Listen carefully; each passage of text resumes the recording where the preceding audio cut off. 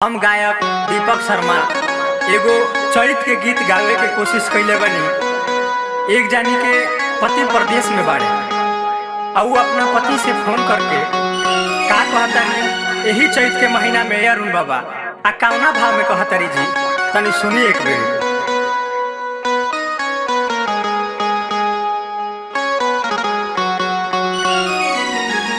छोड़ के नौकरिया सैया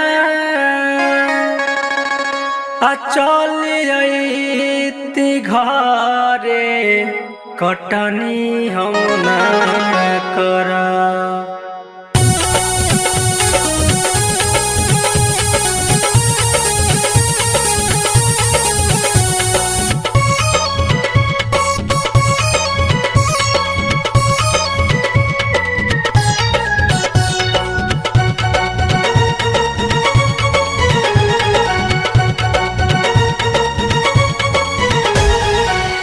छोड़ के नौकरिया सैया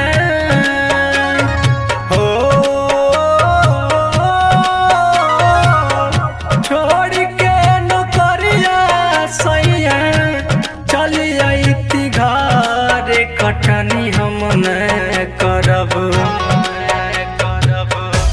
कुछ होई हसुआ न धरब कटनी हम न करब।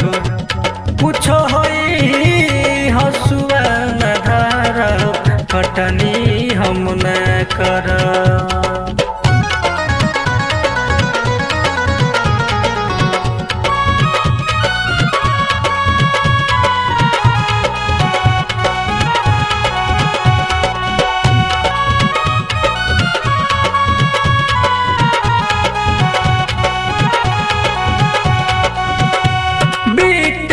पढ़ा के पापा तब कैले शादी, पैसे तो जिंदगी हमार होई बर्बाद जी, होई बर्बादी।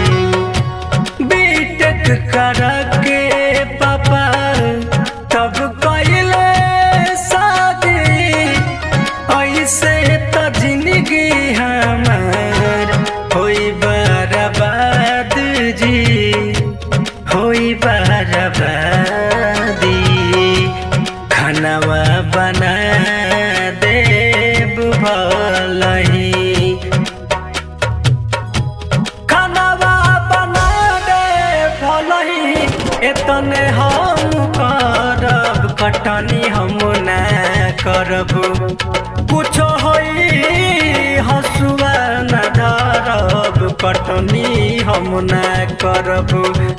कुछ होई हसुआ न धरब कटनी हम न करब।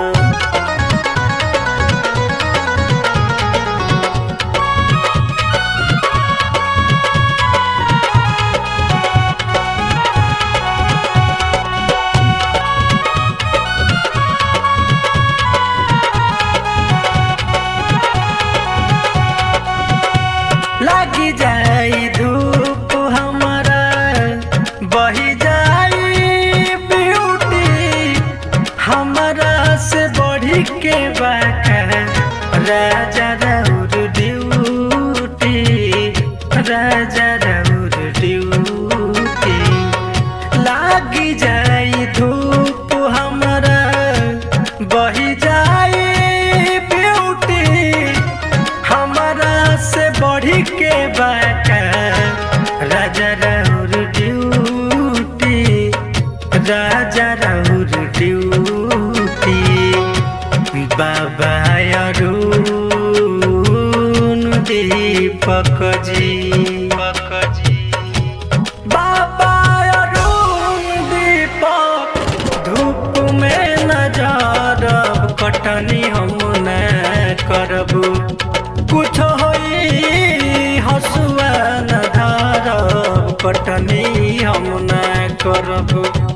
कुछ होई हसुआ न धरब कटनी हम न करब। बुझनी कि नहीं?